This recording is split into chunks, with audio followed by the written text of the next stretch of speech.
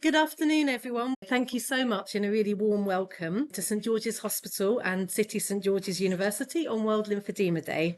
It's really wonderful to see so many people in the room today for what promises to be an inspiring and really important afternoon. For those of you who I haven't met, I'm Katie Vaughan. I'm the Chief Executive of St George's Hospital Charity, which is the official charity of St George's NHS Trust.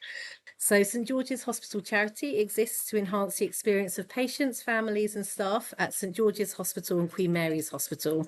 And we fund research and innovation that improves care, not just for today's patients, but also for future generations.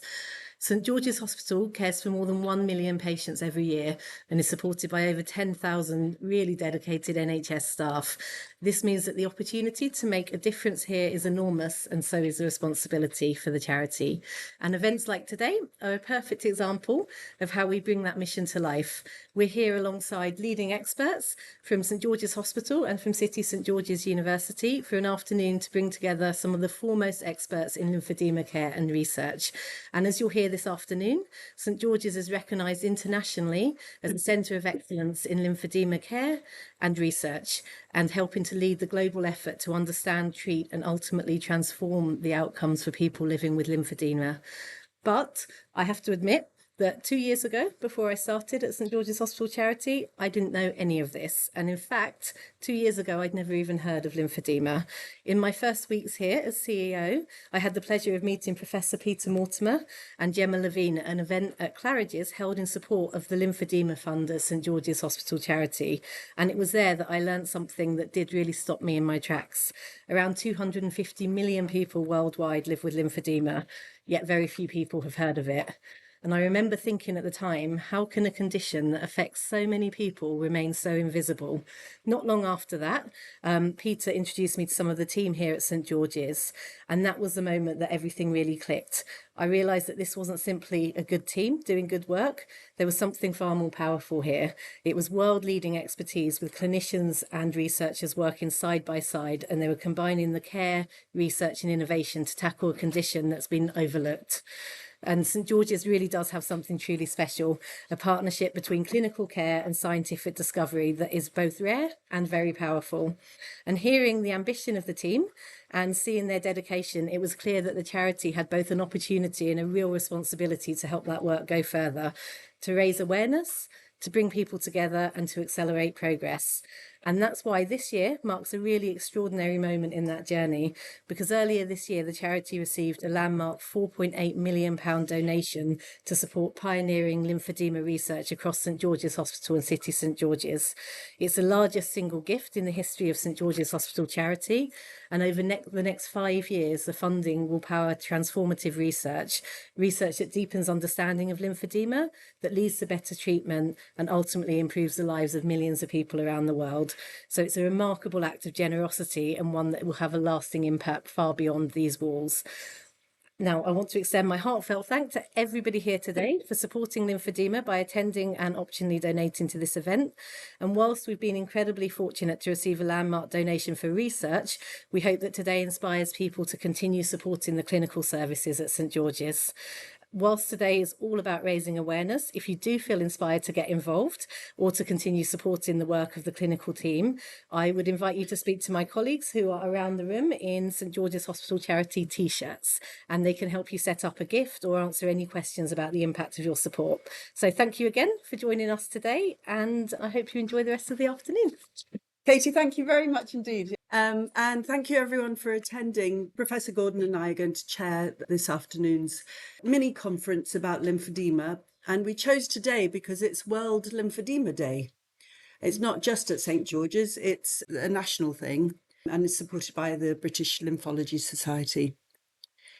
Katie mentioned the lymphatics being invisible, and they are almost invisible. It's a vast network of vessels that returns fluid to the heart, but has lots of other functions. And more recently, we've discovered that it's also in the heart, in the lungs and in the brain, and it's having an increasing role that we never knew before. So it's becoming increasingly important. And it's named after a Roman goddess called Lympha, which means clear water or moisture. And it's the life-giving power of water. Oedipus was said to have edema. Oedipus is edema of the feet because he was hung from a tree with his legs tethered and to the tree, so he lived with swollen feet. So that's where the word edema has come from. And until recently, hardly anything was known about the lymphatics. There was pioneering work at the turn of the 19th century by Florence Sabin, who injected the lymphatics in a piglet and could see this vast tributary of lymphatics. And then there was a huge gap till the 1970s when Kinmonth and his team at St. Thomas's showed increasing interest in the lymphatics, started imaging it. But there has been very little until recently. Lymphatics used to be unheard of, neglected, not thought of as very sexy. Compression garments, people hated wearing them. Now we have major sports people wearing compression sleeves, running socks. So the stigmata associated with the treatment is changing, and Mark will talk about compression treatment for lymphatic problems. People are now becoming aware of the lymphatics. We're understanding that it's connected to so many different diseases and systems. And we, as a team at St. George's, lead the National Service for Lymphatic Problems, and Christiana is going to talk about that. And behind us, with us, together, we have a fantastic research team, some of whom are here today. Some had to be in a conference in Italy, but we work incredibly well together. The collaboration is very strong, and it's certainly going places. So Chris is going to tell you about our service. Thank you, Saha. Hello, everyone. Thank you very much for coming today and for supporting this event.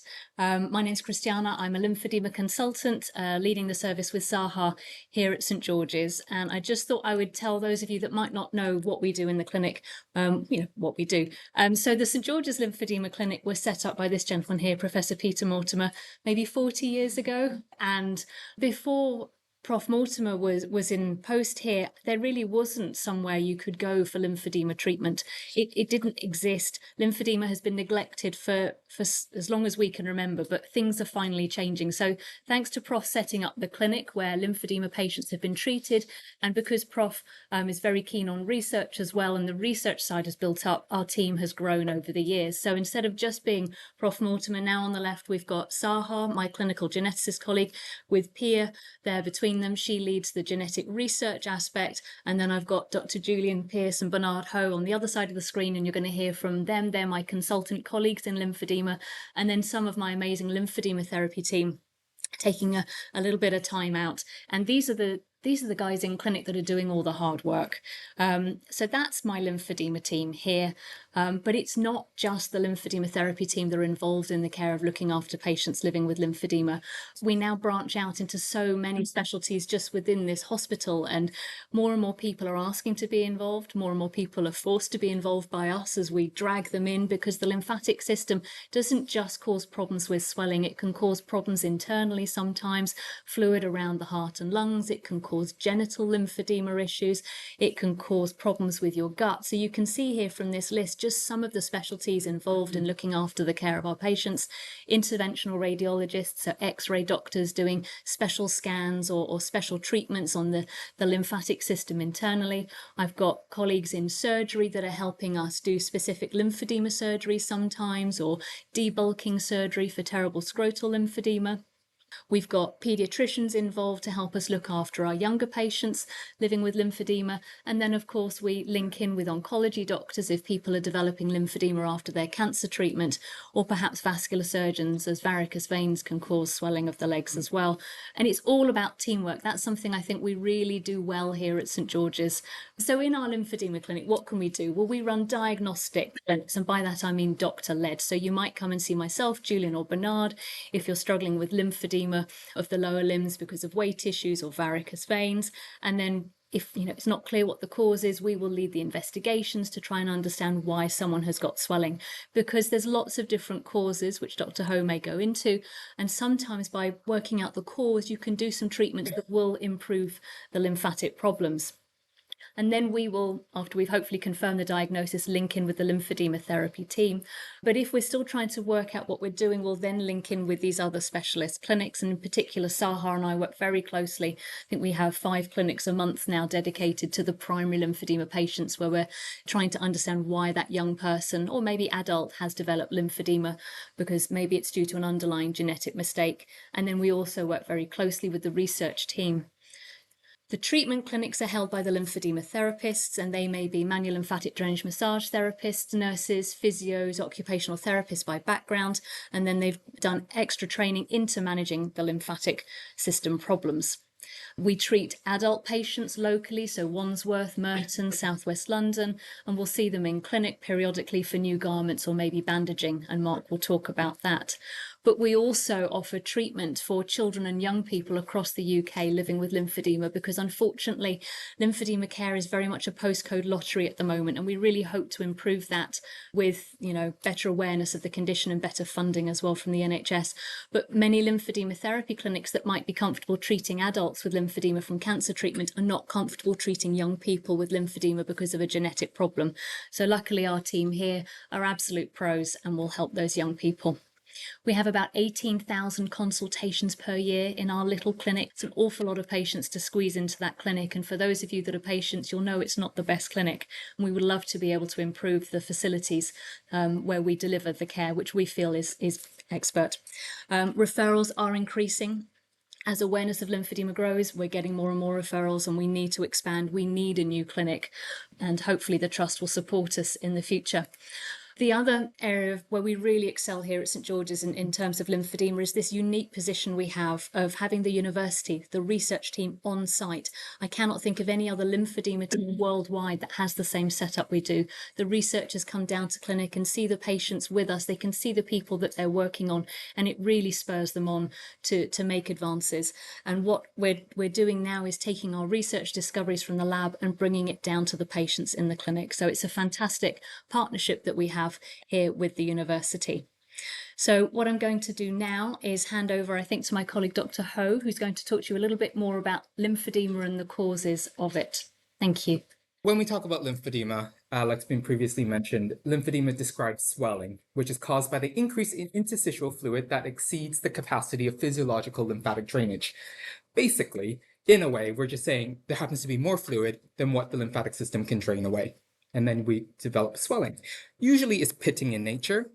So patients will tell us that it does improve overnight when they sleep lying in their bed. And often patients will tell us that diuretics alone do not help.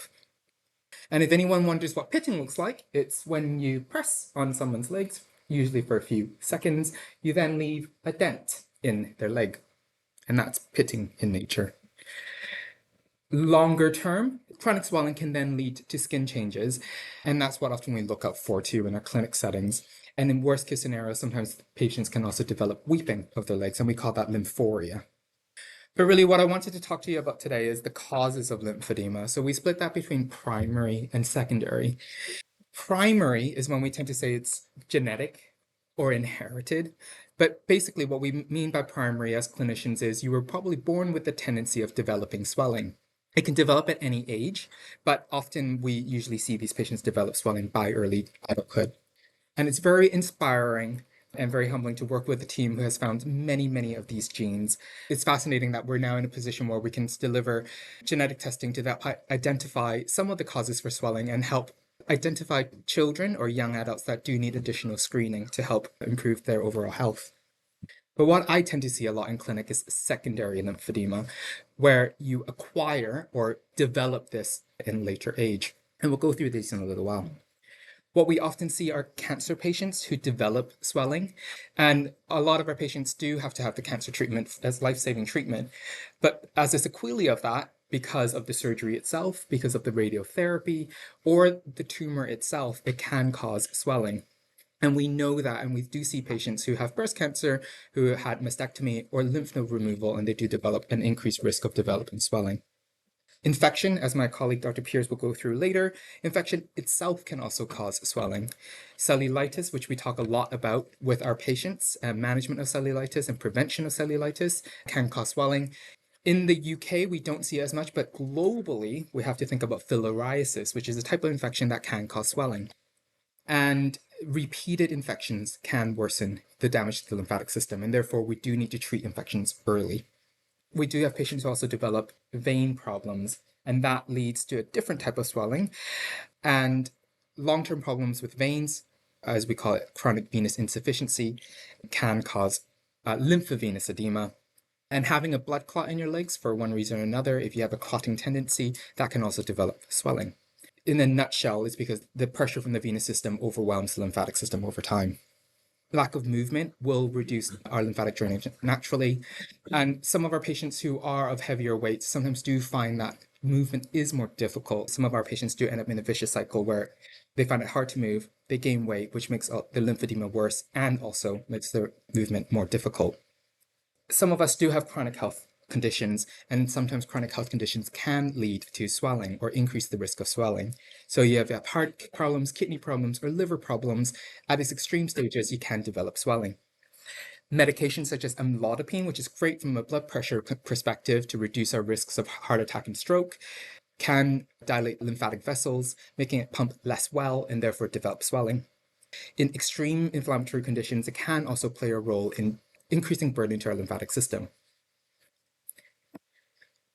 So I just want to shed light to our lymphedema therapists and also the admin team who you may hear from on the phone or receive email correspondences from. And with that, I will hand over to my colleague. Good afternoon. My name is Mark. I work in the lymphedema team here at St George's Hospital. I hope the scrubs are a bit of a giveaway. And I'd like to thank my wonderful team asking me to come and speak to you today about physical treatments for lymphedema, old and new. So what do we mean by physical treatments? I think we mean interventions that literally assist the movement of lymphatic fluid around your body. This helps to maintain good skin condition, reduce excess volumes when it comes to swelling, and promote normal function. We know that by managing volumes, we can help reduce infection risk, better support long-term self-management. And around the world, international consensus tells us that physical therapy is the first line management in conservative lymphedema care. I had to look through some historical references. Some things that stuck out for me: 1479, some of the oldest representation of lymphedema, likely filariasis, that was mentioned earlier, which is a parasitic infection that can cause swelling, appears in ancient Egyptian artwork. In 5th century BC, Hippocrates described leg swelling, which was attributed to what he called blocked vessels. And in the 2nd century AD, the Roman physician Galen recommended exercise and massage to treat swelling. So it's been around a while. I looked through and found some of these discoveries that were made. In 1651, French physician Jean Piquet, French A level, just want to say that, you're welcome, hope I said it right, identified, I think in a dog, cisterna chyli, which is this central lymphatic duct, and also that intestinal lymph vessels drained into the bloodstream rather than the liver, because that's what they thought before was happening. Just after this, Danish physician Thomas Bartholin independently discovered that these vessels were present throughout the entire human body, not just the intestines. And I believe he's credited with the first using the term lymphatic vessels. And I'm hoping I'm getting this right because I can see eyes on me. 1787, I'm not going to pronounce this Italian chap, sadly, because I didn't do Italian at all, but he published the first comprehensive drawing of the entire lymphatic system and discovered lymphatic vessels in the lining of the brain. He also demonstrated that all lymphatic vessels pass through at least one lymph node, and as Prof. Mansour said, not much was done after that. It kind of died a death and literally wasn't picked up by many people. Now we've had a look at the background, we'll start to look at some of the old physical treatments for lymphedema. I'm taking from old first, then we're going to go move to the new. So in 1869, Professor von Monthegel is credited with developing early manual lymphatic drainage techniques by demonstrating that massage is helpful with swollen joints. In 1892, Alexandra von Wittiwater, impressed with my linguistics here, introduced a structured approach to treat swelling involving a compromise of massage, compression bandages, skincare, and exercise. Hold on to that thought, those ones. He was quite instrumental in some of the other stuff. The early 1900s, I've read, are known as the debulking era.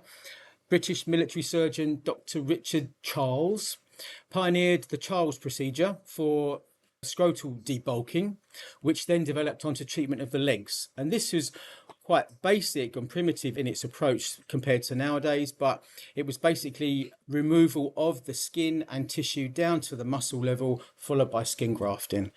Subsequent people revised the Charles debulking procedure, but it kind of failed on many levels in long-term management. I'm not disrespecting it, but it didn't really last the course. This has, however, led to many advancements in surgery, which I'll talk about in the new section coming up. In 1932, Danish physiotherapist Emil and Estrid Vodder, I feel I should do a little bow to these chaps, they refined lymphatic drainage in Paris, developing the widely used Vodder method of manual lymphatic drainage and combined decongestive therapy, which I'll come on to. And I think Vodder is largely, safe to say, thought of being the daddy of MLD therapy, from which other techniques have sprung off. Moving on to some of the less old treatments. You see there's a progression here. And the 70s were great years. Some of the best people were born in the 70s. It wasn't until the 70s that CDT, which is combined or complex decongestive lymphatic therapy, emerged from European practice as gold standard. And it consisted, like it did back in the 1800s, of education in skincare, manual lymphatic drainage, multi-layer short stretch bandages, and exercises. This is back in the 70s. In our clinic, we don't call it CDT, we call it DLT, decongestive lymphatic therapy. But evidence for this consistently supports this as the best treatment for achieving healthy volume reduction, reducing infection, and in the intensive phase, reshaping the affected body part, helping with limb shape. However, it is labour intensive. It takes time and it takes up lots of clinic space, and it is resource dependent. Specialist training is needed to apply this kind of therapy, which presents its service challenges to most healthcare trusts. Coming ever closer to the new treatments, we'll just leave the 70s behind for a moment and cover the component parts for DLT. First one is skincare. As Dr. Pierce said, lymphedema can affect the body's ability to look after the skin. So maintaining it well, keeping it moisturised, helps drive down the risk of infection.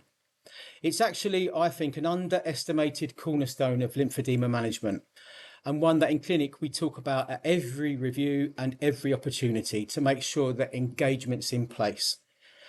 There's no magic emollient that we recommend or moisturising programme, but I do like to use the word robust. That's my word, a robust skincare program, just one that suits the patient that you can engage with every day. Manual lymphatic drainage is a specialised skin technique. It's designed to encourage the uptake of lymphatic fluid from a congested area to one that can cope with the excess. It uses known lymphatic pathways and the understanding of the lymphatic system such that the fluid can be encouraged to redirect. We know that in clinical practice, it appears particularly helpful in fibrosis or thickened skin areas, but it may also contribute significantly to patient engagement and confidence. Everybody wants massage. Everybody likes it. But the treatment is time consuming and resource dependent. You need to be trained to know how to do it. And sadly, evidence suggests no or limited benefit for reducing volumes when it's used as a standalone treatment, but demonstrates better results when it's used as a combined approach. It's not a fundamental cornerstone that we are able to include in our clinic at St George's due to the lack of evidence and the weighty impact it would have on delivery and resources with the number of patients that we see. That's fair to say. We acknowledge this treatment as an adjunct to management that might help some patients, but doesn't suit everybody. Compression remains the most critical element of physical lymphedema management, in my opinion. I'll talk about maintaining lymphedema with compression in a minute, but the skillful application of multi-layer lymphedema bandages can be used successfully to reduce volume, improve shape, as well as restoring good skincare and aesthetics. It improves venous and lymphatic return from the tissues. Short stretch bandages with adequate padding generates a high working pressure on the skin and supports the muscle pump activity, which we'll come on to later, when the patient moves. It's best in an intensive phase, so we agree to keep this as an intense treatment weekly for a set number of weeks, sometimes 2, 3, maybe more, depending on the amount of volume that we need to shift. It works best in an intensive phase, but we have seen success when it's used ad hoc. So once a week, once a month, and it can certainly help when you're self-bandaging to help self-management. And then you don't need a nurse to do it because you can do it yourself. Once again, this level of bandaging is labour intensive. It takes time. It's resource governed, and not all therapists or nurses are trained to apply it safely in many healthcare settings. So that makes effective bandaging well sought after and doesn't help our waiting list. Physical activity. Historically, patients were told to avoid strenuous exercise because it may make the swelling worse. But this has changed substantially following evidence demonstrating that physical activity or exercise does not worsen lymphedema and may make swelling reduce. Physical activity is now recognised as something known to improve our general health, muscle pump function, and psychological well-being.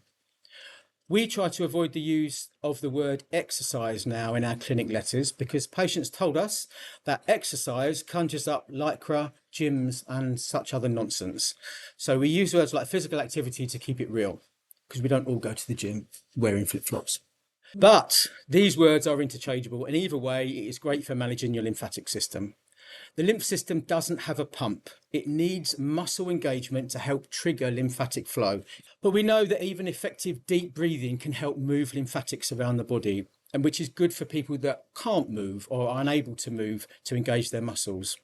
My understanding of deep breathing is that it helps encourage fluid from the arms and legs to move as pressure changes in the thorax, and it also calms you down as well. You'll come to Clinic B at 4:30 and you'll see us deep breathing. That's us, helping our lymphatics. Okay, moving on to some of the more recent treatments, surgery has advanced from the outcomes achieved by the Charles procedure.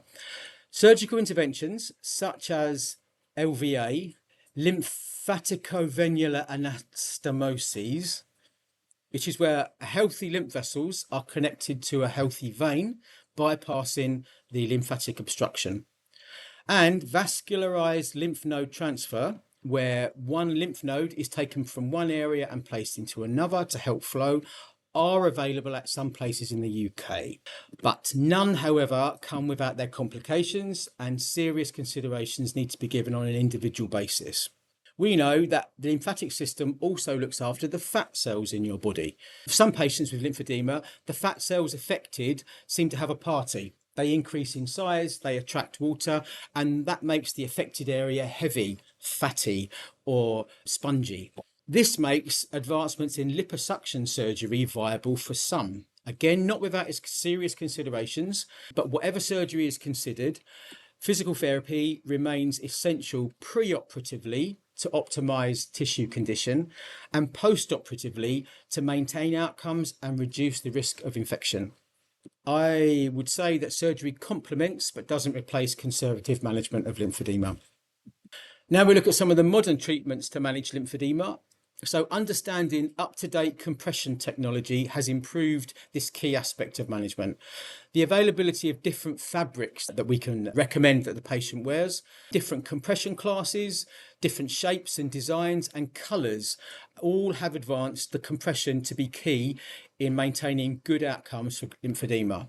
Someone might wear a pink arm garment rather than a brown arm garment. I don't mind what colour it is. As long as they wear it, they're going to engage with it. So this is advanced in most recent years. The introduction of adjustable Velcro wraps now allows patients with limited dexterity to self-manage effectively. They can provide extra targeted compression on specific areas over the compression garments. Not everyone needs Velcro wraps, but even nighttime garments are introduced now that can help provide a soft start for some people that can't get on with daytime garments, or for some of our children and young people with, for example, ADHD, who can't tolerate the sensory feel of a compression garment in the day, seem to tolerate it at night, which is a good option to consider. And some people just find that nighttime garments work to simply drive down stubborn volumes that the daytime garments don't manage. Some more recent additions to treatments: kinesiotape.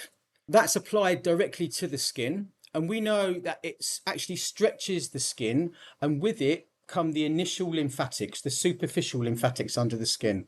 The colours are very fancy, but the pretty patterns are on purpose because they act as guides to help redirect that lymph under the stretched skin.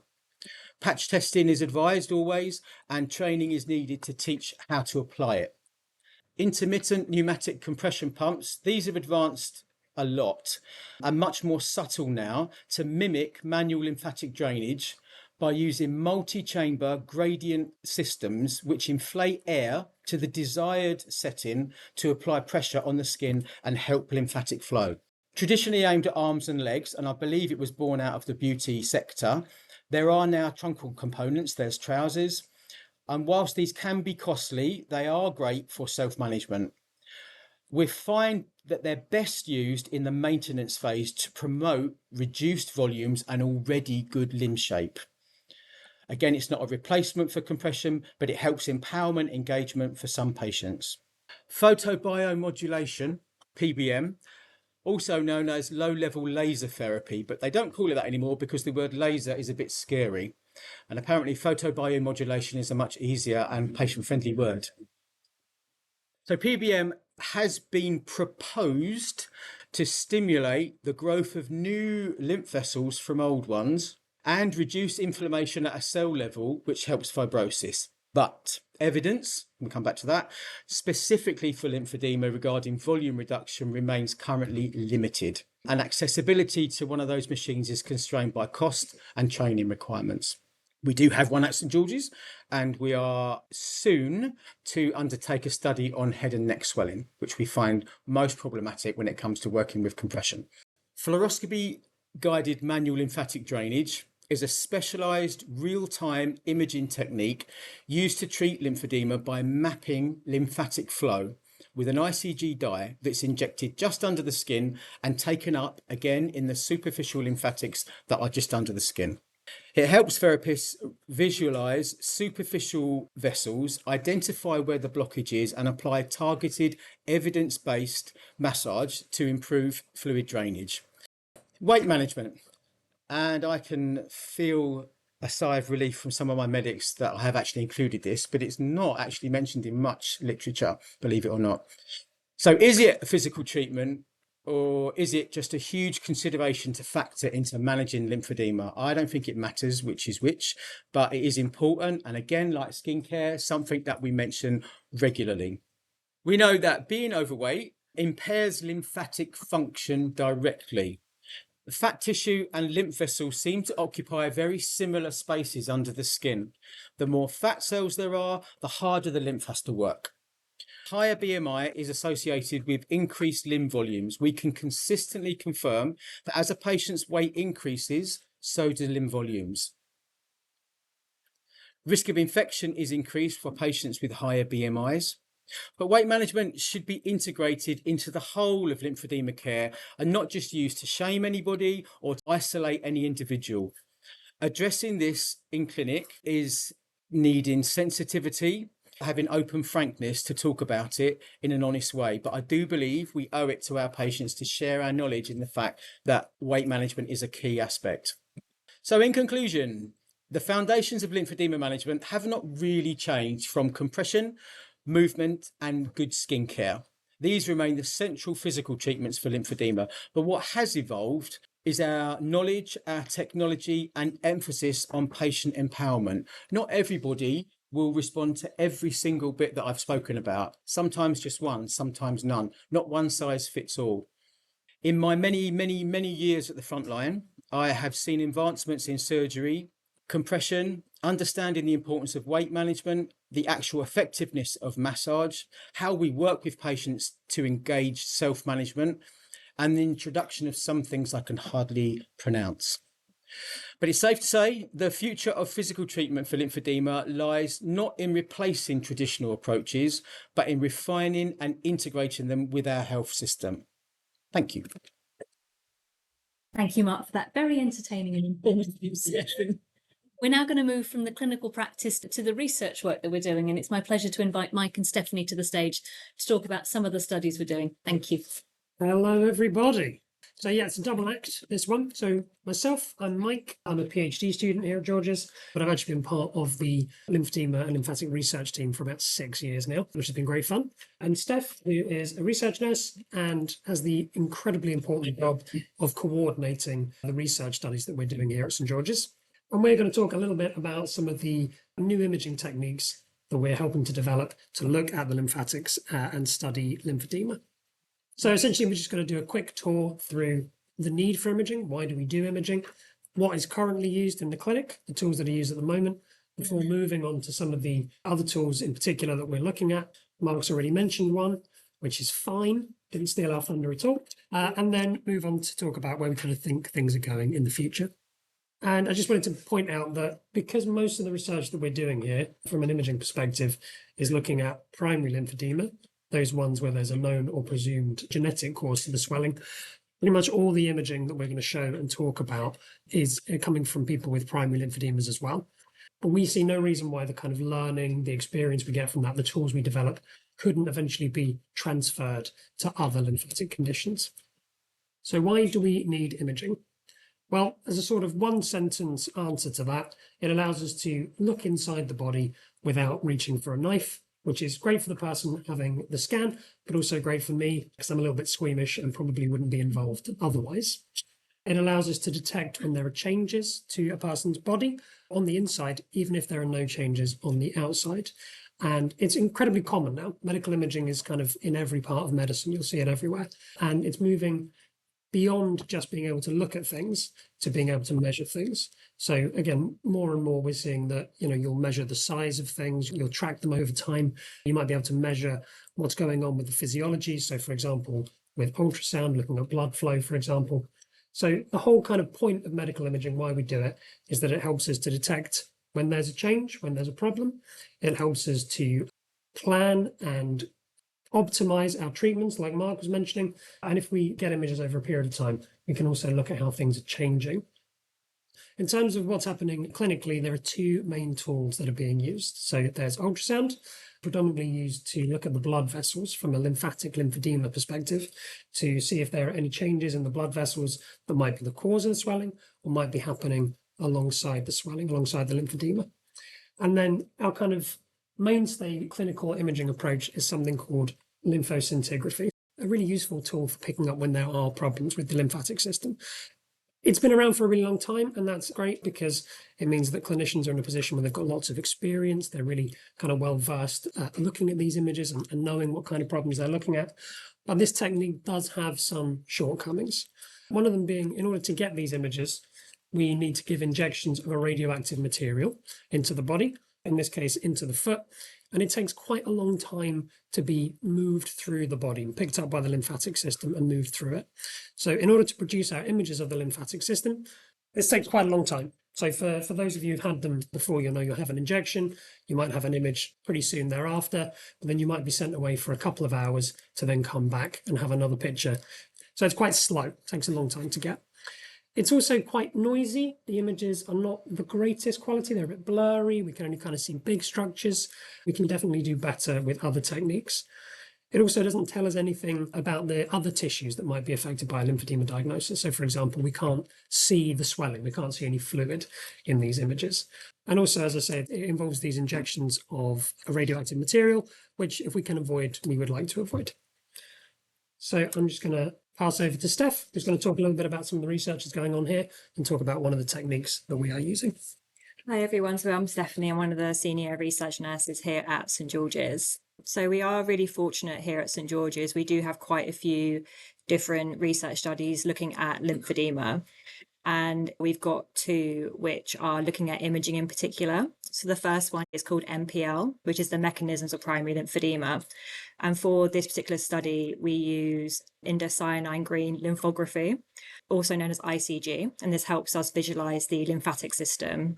And then we also have another study which uses ultrasound as well as peripheral and intranodal MRI scans to also view the lymphatic system. So why are we doing this? For both of the two studies I mentioned, we are looking to see the lymphatic anatomy and the physiology of those who do have lymphedema and also of people who don't have lymphedema, so we can compare. We also want to see how different types of lymphedema can vary. So often you can have two people with lymphedema, but when you scan them, they can look quite different. And when we do the imaging, we also look at how the vessels look, where are they? And we also look to see the valves as well and see how they work too. Our first research study I'll look at is the MPL study. So this in particular was using the ICG scan. So ICG is a medical grade fluorescent dye, and we inject it just underneath the skin, as Mark was saying.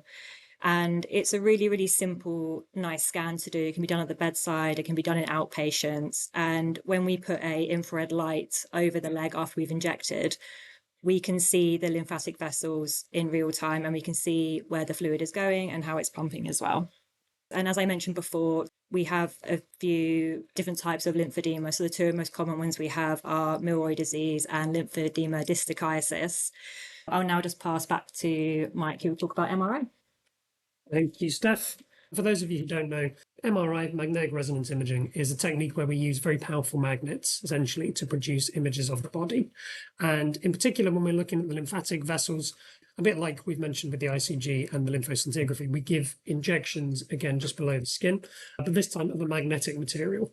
And that is picked up by the lymphatic vessels and moved through the body. We can see vessels in a much greater detail than we could before.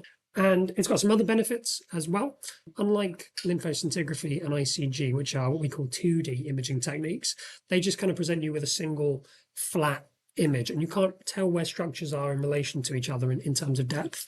Whereas with MRI, we can get 3D images. We can get better detail on where the lymphatic vessels are going and better detect where any problems might be. So if there's any leaky vessels, for example, we can better figure out where they are. So very good. Like the ICG, a little bit like the lymphoscintigraphy, of being able to kind of show differences between different patient groups, help us diagnose a problem, be a bit more specific about what the diagnosis might be, and just understand better what's happening in these different patient groups. And again, following on from what Steph said a bit with the ICG, we're also trying to do some kind of functional work, so understanding not just where things are and what we can see, but how well the vessels are working. So we start imaging just a couple of minutes after the dye is injected, and it's slowly picked up and moved through the lymph vessels. But in our lymphedema distichiasis patients, the fluid's already moved into the lymph vessels really quickly. It's already picked up really, really quickly. So this is just starting to tell us something a little bit more about the function, how the lymph vessels are moving the fluid within the limbs, which could be really useful, again, for diagnostics reasons, but also for looking at responses to treatment, for example. This could change after therapy. One of MRI's great strengths is its ability to look at tissues. So not just the vessels, but to look at the soft tissues, the muscles, the organs, things like that. Whereas, say, an X-ray image is typically only good for looking at bones. So one of the things that we've just started to do with the MRI here at George's is to use that capability of the MRI to start looking in particular at the fat, the fluid, and some of the scar fibrotic tissue in people with lymphedema. And we're going to hopefully use that similarly to the way we were looking at the vessels for diagnostic reasons. Does it change in people with different types of lymphedema, where there's a different genetic cause, for example? But perhaps most importantly, to start looking at the changes. Can we detect changes in response to therapy? So can we see reductions in the amount of fat or fluid after some of the therapies that Mark was talking about? And maybe even relate treatment outcomes to how things started at the beginning. So if someone's got a lot more fat in their leg, is some of the massage therapy as effective, or does something else need to be explored? Although pretty much everything I've spoken about and looked at is the legs, we're also doing some of this work in the abdomen as well. This is being led by one of our radiologists, and we get similar kind of images where this time we're doing these injections not in the skin, but actually into lymph nodes around the groin, and then watching where the dye moves after those injections. And I'll just pass back over to Steph to talk about where we think these things are going. So we're really hoping that we can actually combine using lymphatic imaging with genetic testing. And we're hoping that if we do that, we can help identify individuals who might be more of a risk at developing primary lymphedema. And we're also hoping that maybe we could use imaging, for example, ICG, to maybe aid and speed up the diagnosis of lymphedema. As mentioned in other talks, secondary lymphedema is also a very big part of lymphedema. And sometimes when people have had lymph node removal, it's hard to know who's going to develop lymphedema and who's not. So maybe there's a way we could use imaging to help predict who might be at more of a risk. And then lastly, we're also hoping maybe we could use imaging to help sort of monitor someone's lymphedema and to also see how well their treatment is responding. Thank you very much. Professor Mortimer, as mentioned at the beginning, is the godfather. The godfather is going to speak to you now. Good afternoon, everybody. It's the old school professor. I thought I'd better wear my jacket and tie rather than my scrubs. I've also got my compression stockings on, and when I started and went to the first physically based lymphedema clinic in Germany, and that was about 40 years ago, the professor there said, "You've got to wear support stockings." And I said, "Well, yes, I think they're physiologically very good for you." He said, "No, the important reason, if you wear them, the patients will wear them." So we've done that ever since. Anyway, this afternoon, you've listened to a lot of evidence about the practice of lymphedema, and that evidence only comes through research. So research is very important, and everything in medicine actually starts with research. Advances in patient care start with research, and the findings from that, the evidence created, then is disseminated through teaching and training of healthcare professionals who then implement that practice in the clinic. So the sequence is very much research, education, and practice. And so I've always preached that research is very, very important. If you do research and you publish, you get known. You don't necessarily get known for just having a good clinic in the NHS. So you get respect for doing research. But research needs money, and lots of it. As I know, you get a research grant, the big chunk in that is salaries, and 3 years of salaries costs a lot of money. But getting grants is a very competitive process. You may have heard of grant giving bodies like the Medical Research Council and the Wellcome Trust, but there's only actually a 16% chance of getting one of those grants. And to do so, you've almost got to have a good track record and almost have done the work before you get it, because they want to be assured that you're going to succeed if they give you the money. So they're very difficult. And that makes fundraising bodies like St George's Hospital Charity critical and very necessary for our needs. And the charity has been very, very useful because it will provide startup, or what we call pump priming research grants.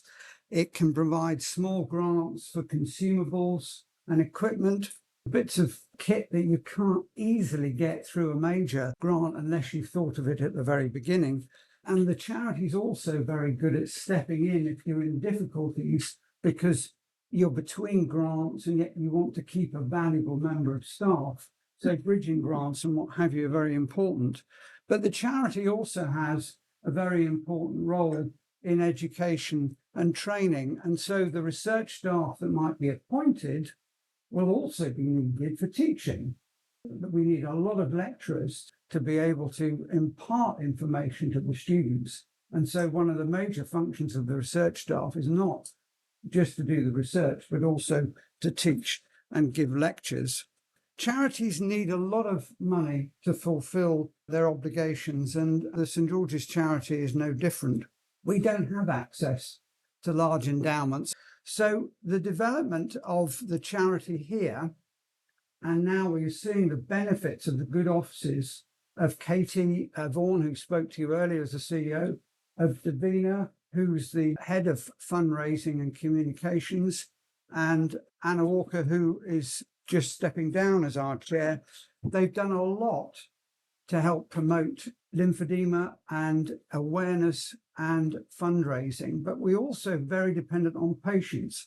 You've heard from Matt, who has his own fundraising charity, and from another one, Adrian Rawlinson, and Gemma Levine. Gemma has been mentioned and wanted to be here this afternoon, but her health is not as good as we'd like. So she sent a message, which, if you'll forgive me, I'll read out.